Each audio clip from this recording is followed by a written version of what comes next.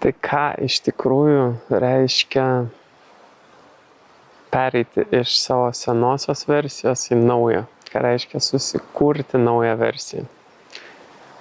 Tai mano dabartiniu suvokimu tai reiškia palikti viską, ką nesąmoningai perėmiau iš tėvų, iš aplinkos, iš močiučių, mokytojų ar draugų beaugant, išsilaisvinti iš elgesio modelių, iš programų ir susikurti save iš naujo, sąmoningai, su sąmoningom programom, su sąmoningais elgesio modeliais ir su įgalinančia įsitikinimų sistema, kuri veda mane per gyvenimą ir leidžia patirti visą šį patyrimą žemėj geriausiai įmanomai kokybei.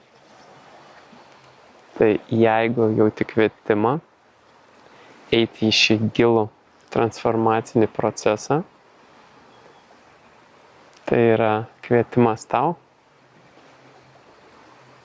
prisiminti, kas esi iš tikrųjų.